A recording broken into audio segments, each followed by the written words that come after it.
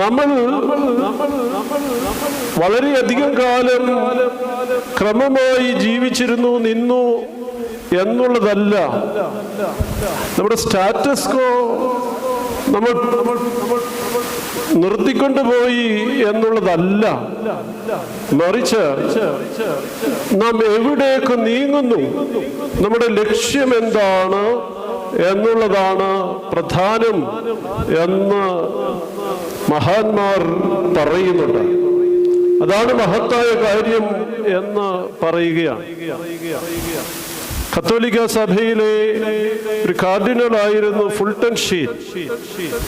അദ്ദേഹം അമേരിക്കയിലെ യുവാക്കൾ അദ്ദേഹത്തിന്റെ കാലത്ത് കുറ്റവാസനയിലേക്ക് പെരുകിക്കൊണ്ടിരുന്നപ്പോൾ അദ്ദേഹം പറഞ്ഞതായ ഒരു വാചകം ഇങ്ങനെയാണ്: അമേരിക്ക